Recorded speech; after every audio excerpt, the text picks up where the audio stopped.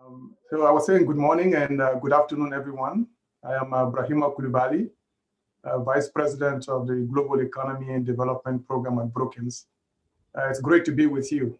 Thank you for joining us for this important conversation with Dr. John Nkengasong, Director of the Africa Center for Disease Control. As the COVID virus began to spread, many experts had predicted devastating outcomes for the region, with some predicting up to 40 million cases by last summer. Some of these dire predictions were understandable. The healthcare system and infrastructure are largely fragile in many countries, and access to quality healthcare is limited, despite some countries' recent progress. The most popular prescriptions to contain the spread of the virus, such as social distancing, are challenging to implement in Africa, where a large share of the population lived in crowded slums. With the confinement measures, many millions of workers' livelihood were in jeopardy because they had limited access to broadband connectivity, telework, or other opportunities to maintain basic incomes. Even the most basic recommendation to wash hands regularly assumed that everybody had access to clean water, which is not the case for a large share of the African population. Thankfully, these direct predictions have not materialized, at least not yet. And as of yesterday, the continent has recorded 3.5 million cases of COVID-19 and almost 90,000 deaths, with the cases largely concentrated in a few countries. So while immensely tragic, these numbers are lower compared to other regions. But even so, I think one death from COVID is one too many. And looking ahead, there remain significant challenges, especially as new and more infectious variants spread around the world. And the region continues to lag on access to the COVID vaccines. In this regard, the need for global solidarity to ensure universal access to the vaccine cannot be overemphasized. Given the global nature of the pandemic, I think until and unless everyone is safe, no one will be safe. Key to Africa's response has been the efforts of national governments and regional institutions, notably the African Union's Center for Disease Control, first established in 2017 in the aftermath of the 2014-16 Ebola outbreak. And despite its relatively young age, the African CDC has worked tirelessly to improve testing, implement best practices across Africa, among other actions. The success of the CDC owes largely to the leadership of its director, Dr. John Nkengasong, whom we have the pleasure to host today to discuss those successes, but also the challenges that lie ahead. Africa could not have hoped for a better person than John to lead the region CDC at this critical moment. John is an accomplished health professional and a scholar. In addition to numerous awards and degrees, most recently, he has served as one of the HWO's Director General Special Envoys on COVID-19 preparedness and response. He is an adjunct professor at Emory University, the School of Public Health in Atlanta. He serves on several international advisory boards, including the Coalition for Epidemic Preparedness Initiative and the International AIDS Vaccine Initiative, among others. John has authored an excellent essay in this year's Foresight Africa, that is the Africa Growth Initiative's annual publication on the top priorities for the continent in 2021, laying out his vision for the CDC and describing how African governments can prepare better for the next epidemic. I will encourage you to read it if you have not already, along with supplemental contributions from global experts on vaccine rollouts and the role of national public health institutes. John, thank you for your leadership, and it's my distinct pleasure to welcome you. I now turn it over to our AGI Director, Dr. Aloysius Ordu. So over to you, Ordu. Thank you for your kind words.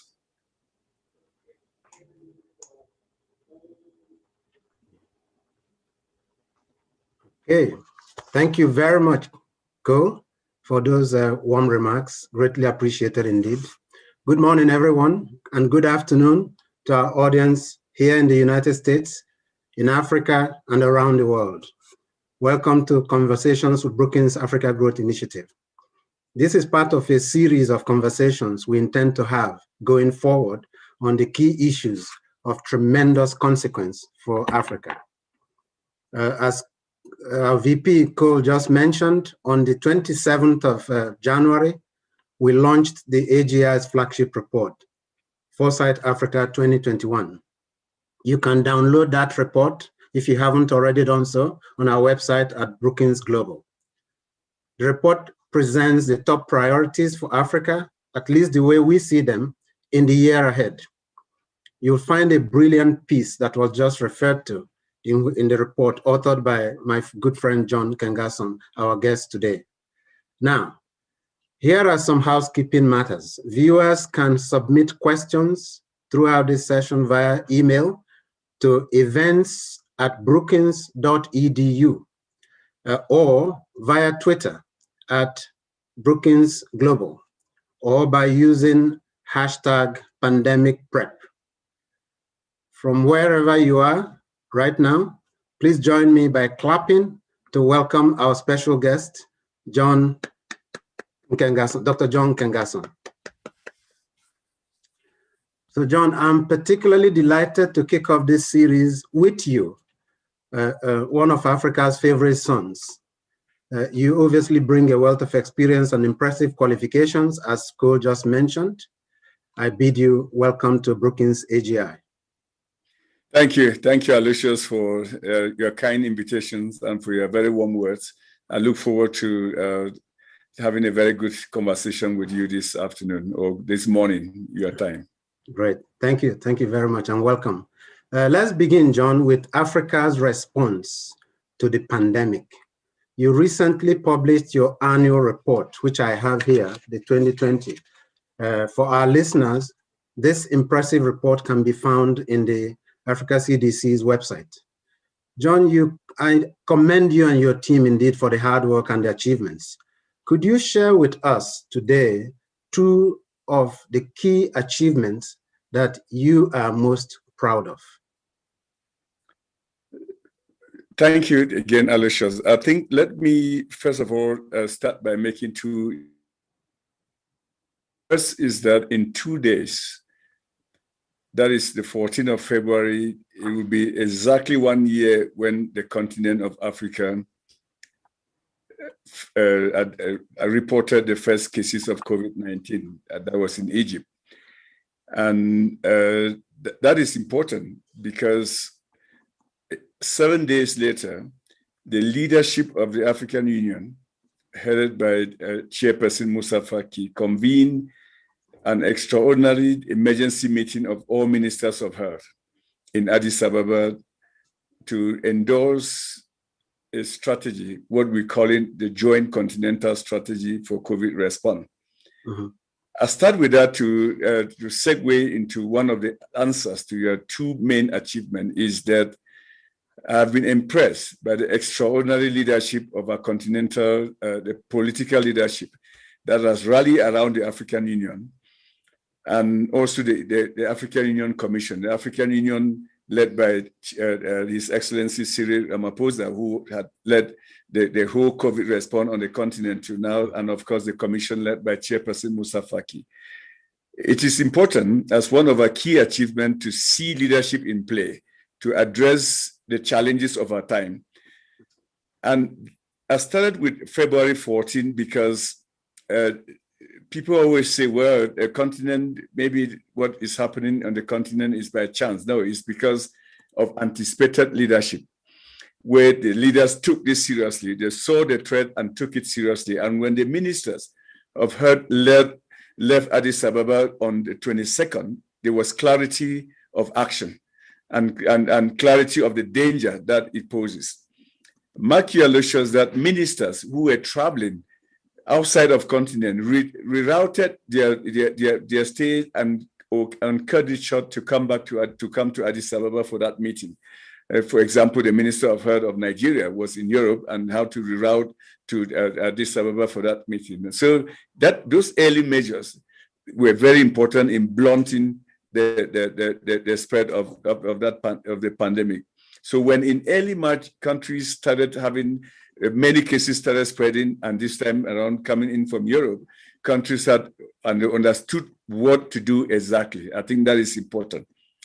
The second thing that you asked for, which I'll tell you, is that beyond leadership is the cooperation and coordination across the continent. I've never seen in any efforts in this manner, or the African countries coordinating their efforts through the Africa CDC in the manner as I just described. Mm-hmm. And that is important. They're both coordination, cooperation, collaboration, and communication. Every Tuesday at 4 p.m. East African time, we all come together as experts, public health experts on the continent, to discuss the pandemic and chart a way forward and adjust our strategy. So I think if you ask me what are the two main things that I've learned over this pandemic is, one, high-level political leadership, and second, effective coordination across the continent. Thank you very much, John. Those are very fascinating indeed. What we hear you say basically that at a time when the world is fractured, I mean, there are all kinds of challenges to globalization. It is heartening to hear that on the African continent, political leadership is acting in concert, in collaboration, which is fantastic. And we also hear of the 3 C's you mentioned, cooperation, coordination, and communication, which are some of the things coming out of the continent in the year we just experienced. So let's turn now to the fact that COVID-19 did cause extraordinary economic and health damage the world over. As Cole mentioned in his introductory remarks, the naysayers up and down the world expected the African continent to be completely devastated by this virus for the reasons of public health inadequacies or infrastructural deficiencies, etc. That didn't happen. Could you tell our listeners how and why Africa weathered the storm better than people suspected? Thank you, Aloysius. As I said, when we met on the 22nd of February, and ministers left, there was clarity of action and unity of purpose of what to do and to take the risk. And the risk was the severe lockdowns that were implemented very early on. I'll give you an example. In South Africa, before the lockdown, their numbers were doubling every 2 days. Okay, so in other words, South Africa would have been at that time at the same level where the UK was if those severe measures were not applied. And we saw that across the board. Countries like Zambia, Zimbabwe imposed state of emergency with 2 cases or no case. Okay, Zimbabwe went into a state of emergency without a case. So I think those were severe measures that had serious consequences on the economy, but it helped to blunt the spread of the virus. I think that is one. Second was that there was absolutely no opposing forces between the politics and public health. Okay, public health was allowed to guide the response. I, as the head of Africa CDC, have had the good fortune of briefing the head of states of the continent 13 times. Okay, 13 times, where they all gather as the Bureau of the Head of States, led by President Cyril Ramaphosa, to discuss the pandemic, find common strategies, and adjust them going forward. And in none of those 13 briefings was there any opposing views. I mean, they listened to public health advice, they saw the data, we reviewed it together, and we agreed on a common path going forward. For example, the establishment of the common platform across the continent to procure diagnostics and commodities. Okay, well, at that time, when we waited for more than 2 months, and the continent finally recognized that the WHO discussions in Geneva were going to give us 2.3 million tests for a continent of 1.2 million, we went into action. We established, in partnership with the private sector, the African Medical Supply Platform, .Africa. You can Google and see that. And through that platform, we were able to obtain diagnostics. Why? Because President Ramaphosa, we went to him as the chair of the African Union and say, look, you must pick up your phone and call President Xi of China and say, look, we need you to not donate diagnostics, but give us a quota of the diagnostics so that we can put it in the platform for our member states to acquire. So that was tremendous effort, and other commodities, right? Then we move forward to establishing the COVID response fund, where member states said we need to act in solidarity. Let's have a common pot, throw in money there to support Africa CDC to respond to this the pandemic, which was in the spirit of the whole of Africa approach. Then we launched the partnership to accelerate COVID testing, which were at that time in May, only 300,000 tests had been conducted on the continent. But with the PAC initiative, the partnership to accelerate COVID testing, we scaled that up very quickly. We set ourselves a target of 20 million, within 2 or 3 months, and we achieved and exceeded that target because of the different partnerships that came together. So all of these efforts were very important in making sure that the continent engaged in a spirited fight against COVID-19, which is a tough fight, I must say, given where our health systems were. Very good. So clarity of action, adherence to the lockdown by at the national level, science-based public health messaging guided the continent, and at a time when common cause and solidarity is what we hear you say. Thank you for those remarks. John, when you and I met in Addis Ababa, I believe it was in Ethiopia in 2017, I vividly recall your vision of a new public health order for the African continent. You can't imagine how that resonated with me at that time. You also— a new public health order for the continent. When you and I spoke about, when we met, and I spoke about a new public health order. I said there were 4 things that Africa must do, and do it urgently. I remember where in 2017, there was no COVID. No. And I said, 1, we have to strengthen our public health agencies. That is, Africa CDC has to be seen in the lens of not just a health agency, but that diseases are an economic threat, a health threat, and a security threat. And I even pushed that forward. And I said, it has to be seen like a national security threat, which is a difference between just a health security threat and a national security threat.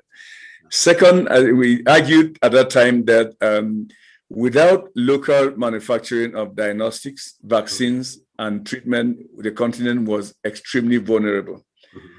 Thirdly, we said that human resources, capital for response to the pandemic was very, very important, because we need about 6,000 epidemiologists on the continent. We only have about 1,900. Now, domestic financing of our own security apparatus. If you step back now and you look at that discussion, I mean, it's almost prophetic. First of all, we are all in this dialogue, common dialogue of equitable access to vaccines. And that conversation, I must say, has really created tension, what I call the North-South tension. Okay, and all because the Africa doesn't produce vaccines. Okay, and I wish that at that time we had accelerated. You don't become a vaccine manufacturer in 4 years or so. But at least that discussion that we're having now would have not occurred. Okay, if we only produce our own vaccines and diagnostics that I just mentioned. It is unacceptable that a continent of 1.2 billion, aspiring to be 2.4 billion in 30 years, will not produce its own vaccines for its own health security or diagnostics. I think that is completely unacceptable. Second is the financing. We have to be able to begin to finance our own health threats, first of all, before we look outside of the continent. Without that, we'll continue to be very, very vulnerable. And of course, what I said, strengthening our own. Look at what Nigeria's CDC has done. Okay, Nigeria CDC is almost as old as the Africa CDC. Look at the central role that the Africa CDC is playing in this, by providing good counsel to our head of states and guiding them. Before the summit, the head of states all came together twice, and they said, Africa CDC, tell us if we should meet and have a summit face-to-face. And that was in December. I presented the evidence and data, they look at it, and There were 12 of them in the bureau that split half, 50-50. Half of them said, we want to have it face-to-face. Half of them said, let's wait and see how the pandemic played out. Yeah. On the 20th of January, they met again and they said, look, tell us again where we are with this pandemic, because I told them that the holiday season was coming and there's likely to be an explosion of. So they listened. They came back again on the 20th of January. They said, show us the data again. We played the data. They took a decision. It was 11-1. I mean, 11 head of states said, we've seen this data. We cannot meet face to face unless have a meeting audiovisual.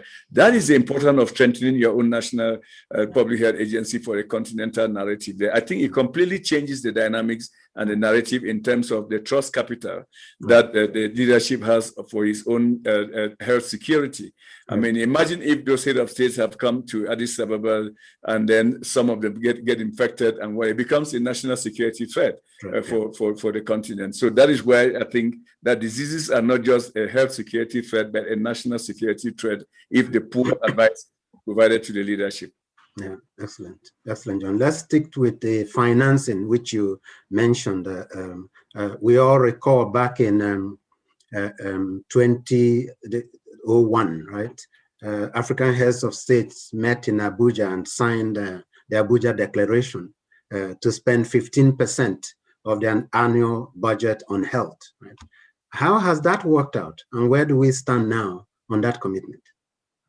I think I must say progress has been made, and I'll speak to that, but there's a lot to be done. And in 2017, when I just came here, or 17 or 18, President Kagame chaired a meeting of what they called the Africa Leadership for Health Financing. I think that it went very well. I mean, Bill Gates was there, the UN Secretary General, Chairperson Faki, several head of states.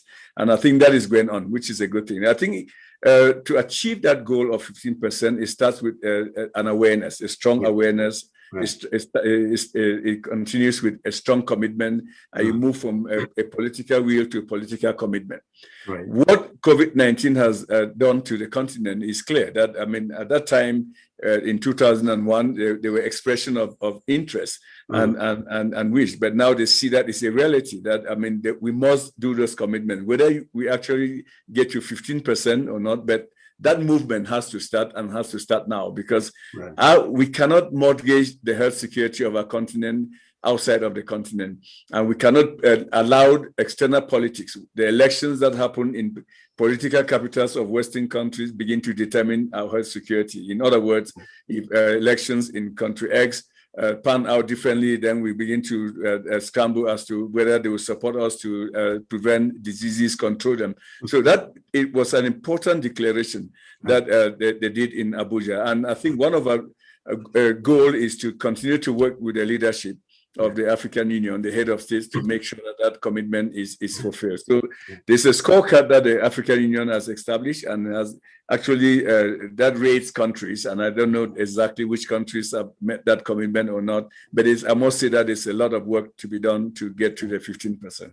So indeed, especially as if there is one thing COVID has done, is that every country has spent far more than 15% of their budget on this. So anyway, we watch this space and see how the tracking goes now that COVID has revealed some of these weaknesses. On the same issue of financing, John, some experts I've read recently have argued that increasing pro-health taxes, right?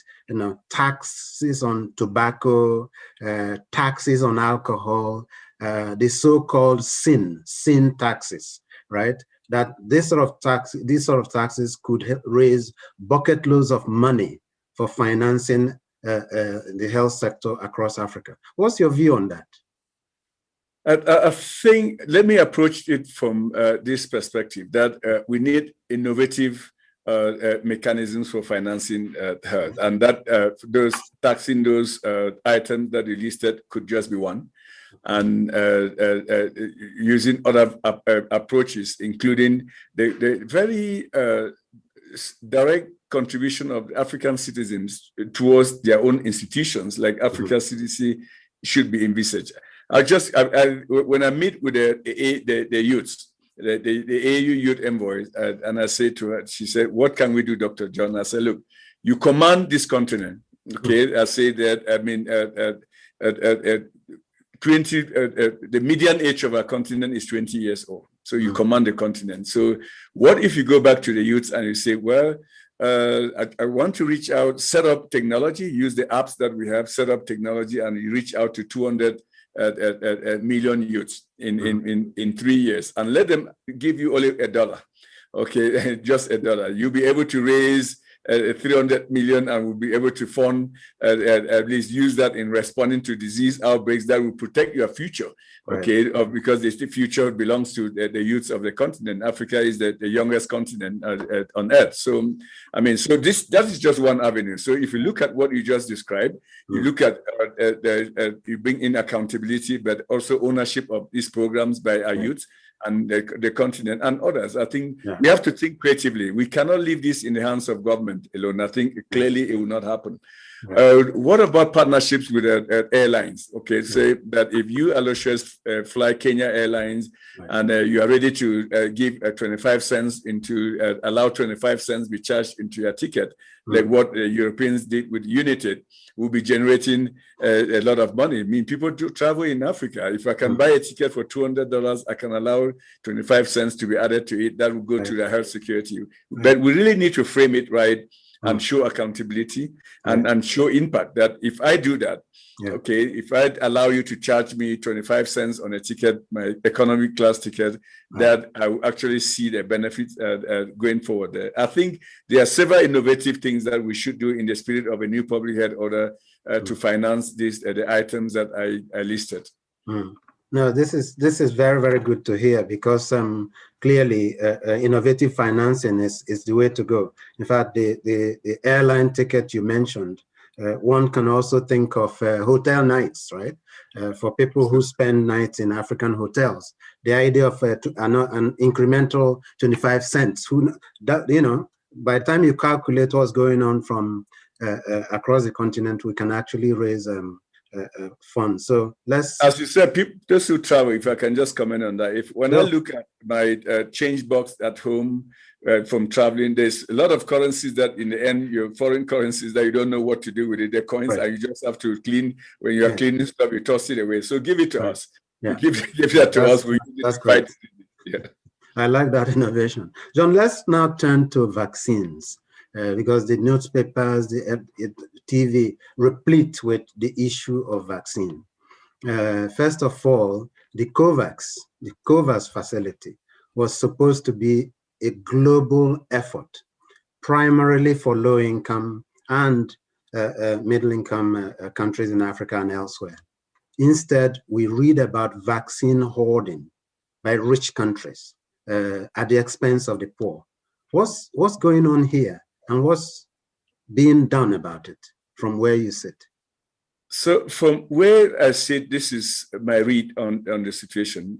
First of all, COVAX is an innovation that speaks to that amplifies and signifies global solidarity and global cooperation. I think is the response to protectionism or nationalism. I think that is a very much welcome initiative, which I call on all our friends of Africa, our traditional partners to continue to support it there. So we also have to transmit public statements that are nice public statement into action. I think when this pandemic started, there was a lot of all the right things were said. Timely access to vaccines, equitable access, and whatever. But unfortunately, that definition somehow got lost in translation. Equitable access to vaccines and equity became an issue of, well, if what I mean is that I'll get my vaccines first. I keep it, then we can now go to the table and discuss how you get your own vaccines there. I think that definition has changed, and we have to recalibrate that. I said in December that if we did not recalibrate that, then we are moving towards a moral catastrophe. I think, and I meant it at that time in December, that, I mean, we cannot. And we have seen this played out in Africa. I was in HIV/AIDS, a young HIV/AIDS public health expert in 1996 when AIDS drugs were available. We saw death rates decreasing drastically in the West, but in Africa it would take us 10 years between 1996 and 2006 before we saw our deaths decreasing. And between 1996 and 2006, 12 million Africans died, and I'll add needlessly. As a public health expert, when I look at that with horror.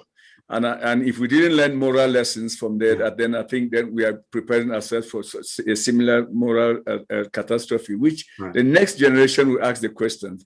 Let it be no doubt, Aloysius, history of this pandemic will be written. And there will be three parties to the history of this pandemic. One will be those who make the history. And you have a choice of being on the right side of history and making it in the right way or the wrong way. And those who will read the history will be the next generation. And of course, those who are actually writing the history. And my hope and belief is that those who write the history will write the history taking into account what we are observing now. The same scenario we are going through now happened in 2009 during the H1N1 pandemic. And the vaccines were on mortgage.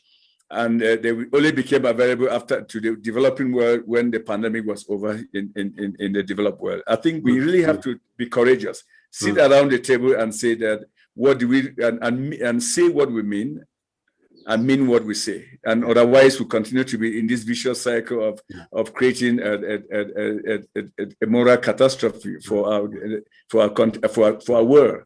Yeah.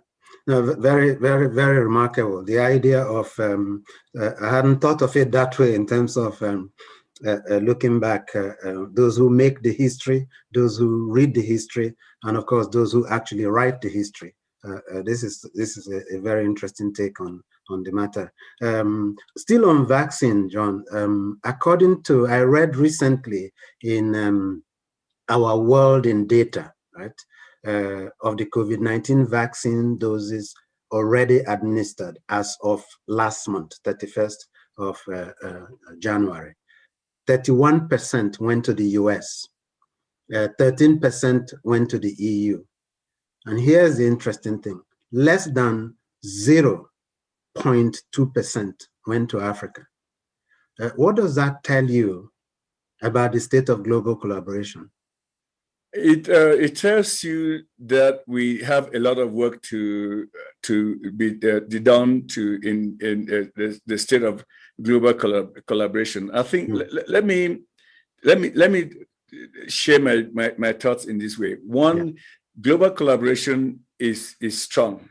I think we have to admit that we as the world have seen collaboration in identifying a new virus, analyzing the sequences, sharing the sequences, and within 1 year developing a vaccine. That is unprecedented. Right. However, what we are seeing are those weaknesses of global collaboration, how fragile it is. Global collaboration becomes very fragile when we are faced at the same time, simultaneously, with a common enemy. Okay, if this pandemic was localized, say in Africa or Latin America, we would have seen global collaboration in full display. But what we are seeing here speaks to the sociology and anthropology of a common threat. You have a common enemy and people fall inward into a survival mode there. I think we should remember that. And I must be honest with saying that it is the responsibility of the leadership of every country to, first of all, protect their citizens. That is one.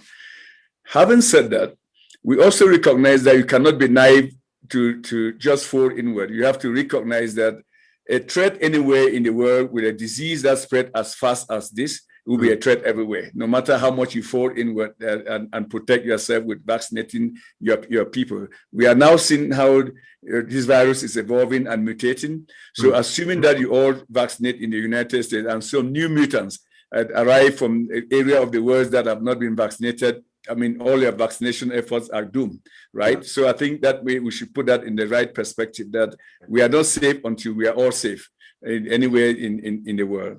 So I think Africa is doing its best. I mean, we have, through the initiative of President Ramaphosa, the African Vaccine Acquisition Task Force, we have secured over 300 million doses of vaccines.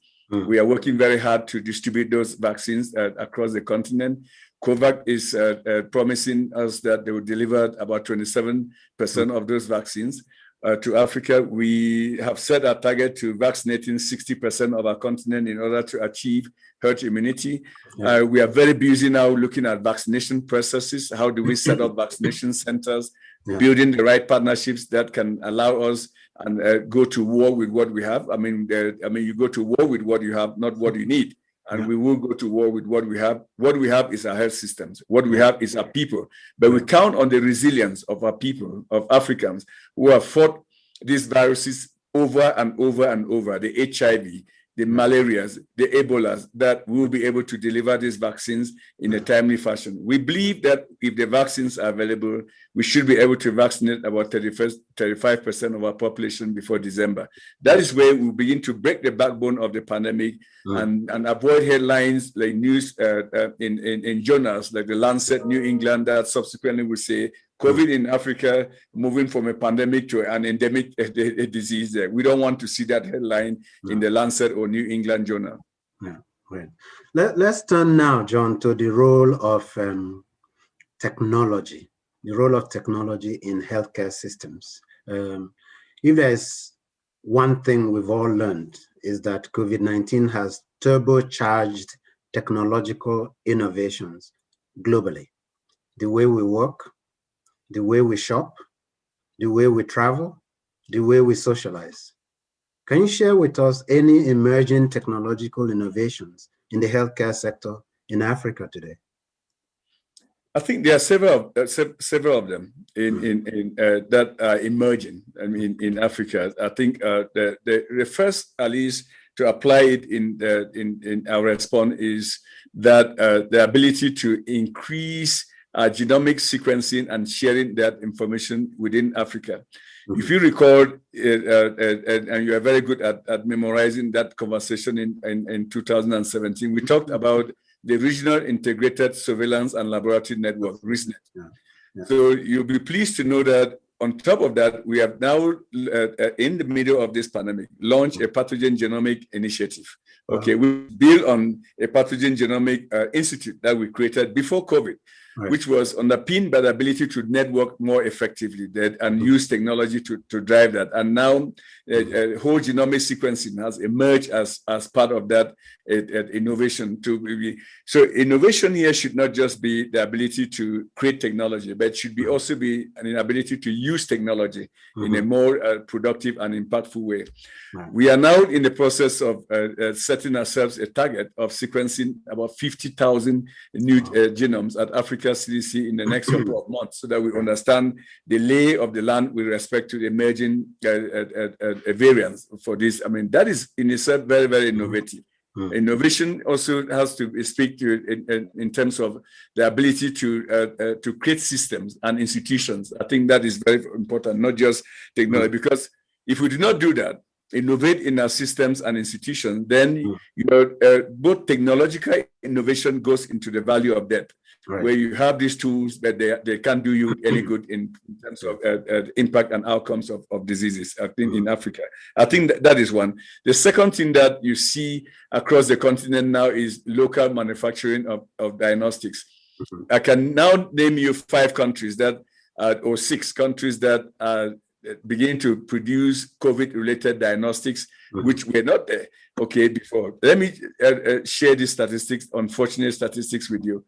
Each year, the continent conducts about 100 million HIV tests, but there's no single country in Africa that produces a simple rapid test for HIV, and we have been doing that for 40 years.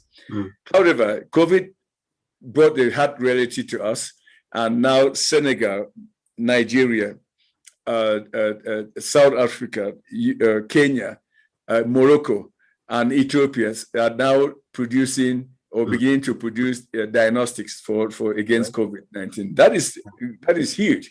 it will be transformational. Now I can call Amadou Sall in Senegal and say, hey, Amadou, I need antigen tests for COVID-19, and they'll ship me antigen tests and repair. So I think we are making progress, thanks to the unfortunately driven by this sad pandemic. Right. So it goes to the old adage that necessity is the mother of invention. So it's great to hear that a number of innovations on the technological fronts. John, let's now turn in the time we have to other challenges, right? So the notion of antibiotics, antibiotic resistance has been, this is called, as you know, in fact, you once described it that way to me, the silent killer. Okay, some estimates show that many more African lives are lost through antibiotic resistance compared to other diseases. What's the Africa CDC's agenda for tackling this silent killer? Thank you, Aloysius. First of all, when I said earlier that I dread to see a headline in the Nature, Science, New England, or the Lancet that says COVID-19 in Africa from pandemic to endemicity, that would be a catastrophic headline. The day you see that, you can throw your hands up and we go home. Because Africa is faced with endemics. Okay, we have the rising, the tidal wave. The new tidal wave in Africa is the rising non-communicable diseases, which are also serious silent killers. Right. And compounding that is also the issues of antimicrobial resistance. From the O'Neill report, we know that if nothing is done with antimicrobial resistance in Africa, from here to the next couple of years, about next 30 years, about 4 million Africans might be dying every year because of the complications from antimicrobial resistance.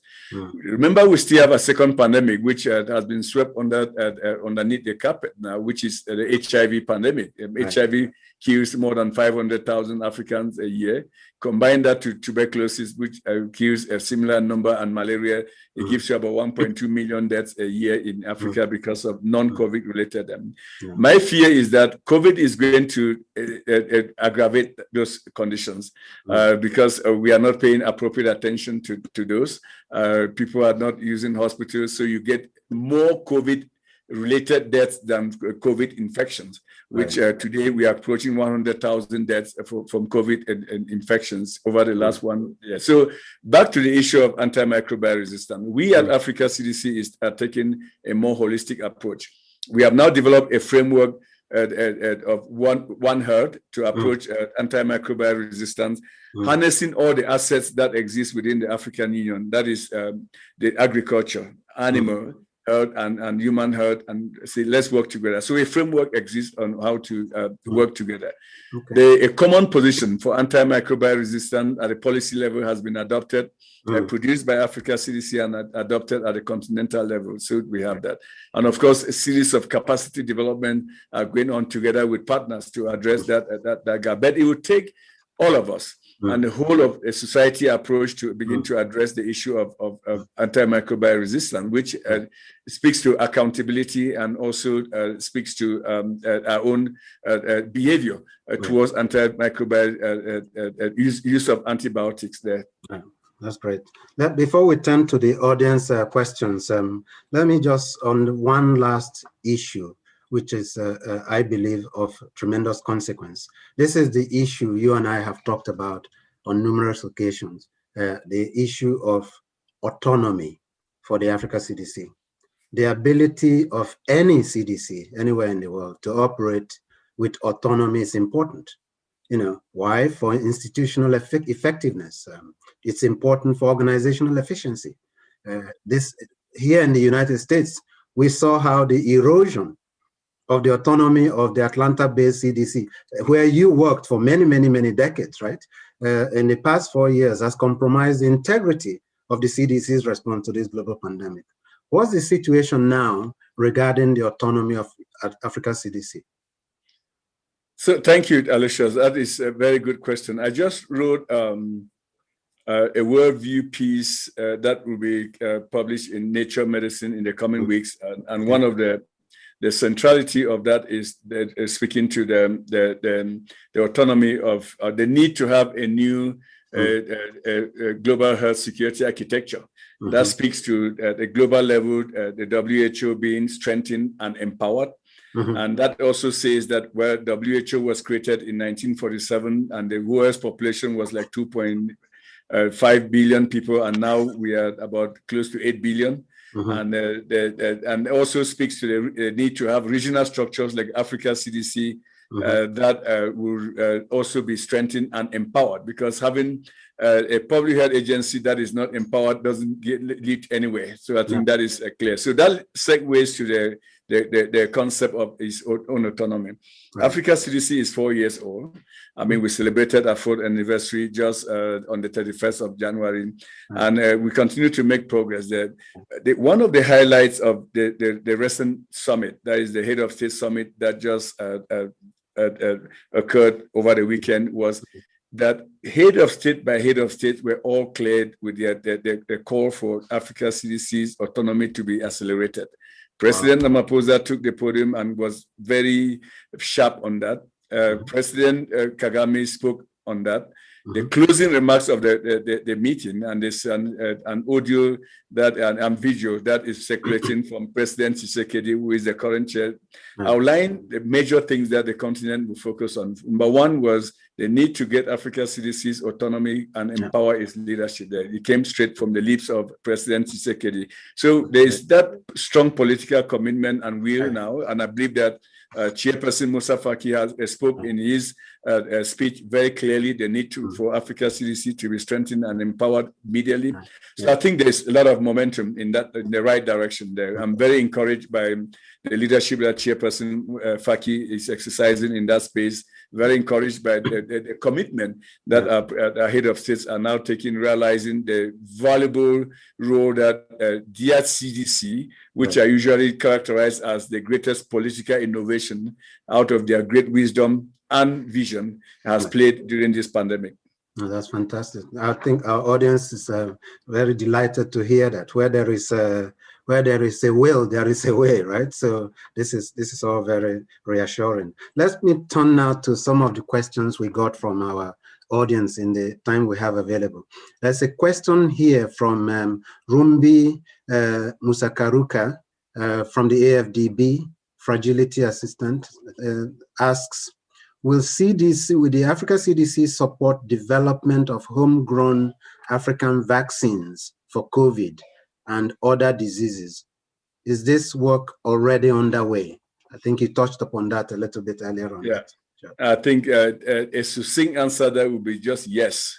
Okay. And I stopped the period because that's what we should be doing. No, that's great. That's thanks, John. There is also a question from Scott Collins, Austin Innovation Group CEO. The question is, I've seen innovation go a long way in making what is considered impossible become reality. Based on what you see as the likely response to the next pandemic, or even the ongoing mutations to COVID-19, what are the weak links in the planned response that innovators of technology and businesses can work to solve? I think that that's a very good question. I think we have to, first of all, as I said earlier, step back and recognize the great innovation that went into understanding this virus within 1 year and doing the kind of things that have been done. We are now, we see the light at the end of the tunnel because of the COVID vaccines. Right. But I always caution that we should recognize that our only failure in this fight against COVID-19 will be the failure for us to admit some of our own failures. Mm-hmm. I think that is very, very clear that there will be failures. Mm-hmm. And as we fight this virus, I'm a virologist for 32 years. Mm-hmm. I work in HIV for 29 years. Failures will come in, but each time we fail, we'll grow in that. And the only way that we address our failures, if we admit them in timely, will be to innovate. Okay, absolutely. We have to innovate. A good example is the variant.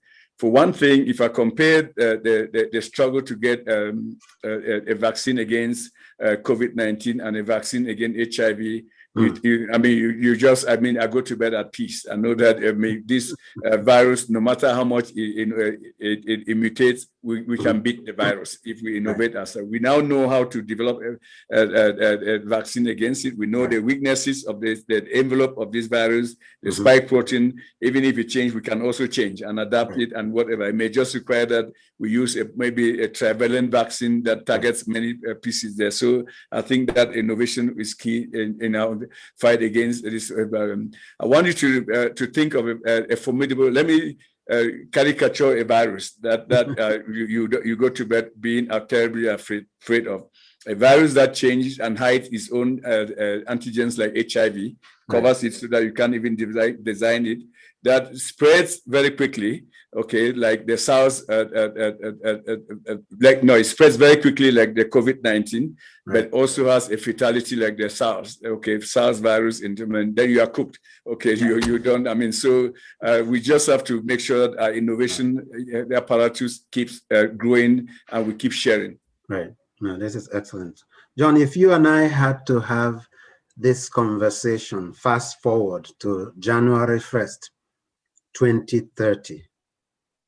What do you believe in retrospect would be different in Africa regarding disease prevention and control? So let me, Aloysius, paint a future of 2030 in Africa. And I would like to sit in 2030 and see Africa with a strong network of public health institutions, all working together seamlessly.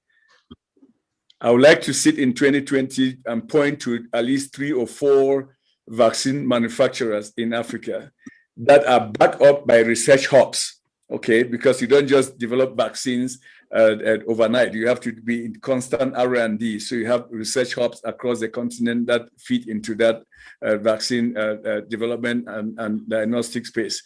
I would also like to see along that same line several clinical trial sites that are ready all the time to take products from vaccine manufacturing and put it into clinical trials and get the results. In 2030, I would like to say that see a proportion or the percentage of our member states contributing to their own health security increase in a very deliberate fashion, to the extent that they say that in public that, we are investing X dollars because we recognize that $1 investment into our health returns $4 or $5, and that is a fact, that a reality there. And lastly, I would like to see a very competent public health workforce for the continent. In this pandemic, Aloysius, very briefly, I would like to describe this scenario as we draw to an end, where in May, I had to go to the Peace and Security Council and make a case that they should work with the member state to lend us a military plane, because at that time no planes were flying across the continent, but member states were requesting us to support them in Mali, Burkina Faso, Niger, and Cameroon. Took that military plane to DRC, took 28 responders that we were using in North Kivu, loaded them in that military plane and dropped them seven epidemiologists, dropped 7 in Cameroon, 7 in Burkina Faso, 7 in Niger. We were flying overnight across the continent that no airline was flying. Our military planes were flying, and we want to see that scenario change in 2020, where each country has frontline responders, and we have to train them as if we are at war. We are at war with this pandemic, with these viruses there. No war in Africa has created almost 100,000 deaths in 1 year. Okay, none. And here we are with a COVID pandemic that has killed close to 100,000 people in Africa. My greatest fear is that we begin to normalize these deaths and say, well, after all, there are about 2 million deaths across the world and only 100 million in Africa. They are loved ones. They are brothers, they are sisters, our uncles, our aunts, our mothers. And I think we have to put that in context in 2030 when we develop an army of responders that will stand up and fight these pandemics if they occur, and they will occur. Right. John, clearly we could go on and on. No wonder you're one of Africa's favorite sons. With a couple of things to take away, the Africa CDC has really, under your leadership, come of age, responding very, very well to what is clearly the world's most consequential pandemic in our lifetimes. The continent It's not out of the woods yet, is what we're hearing. Indeed, the second wave is raging now as we speak, where the commitment, the strength of ownership, and the solidarity of the African leadership is really important. On vaccinations, I hear you say the world is not safe until Africa is safe. So John, thank you very, very much for choosing to spend your time with us today. Please come back and share with us as the situation evolves. I would like to also use this opportunity to thank all my colleagues at Brookings and AGI who made this event possible today. And of course, to our Vice President, Brahima Coulibaly, who gave the opening remarks earlier. John, I thank you very much. And to our audience all over the world, thank you very, very much. Thanks, John. Thanks for watching. Be sure to like and subscribe for more videos from Brookings.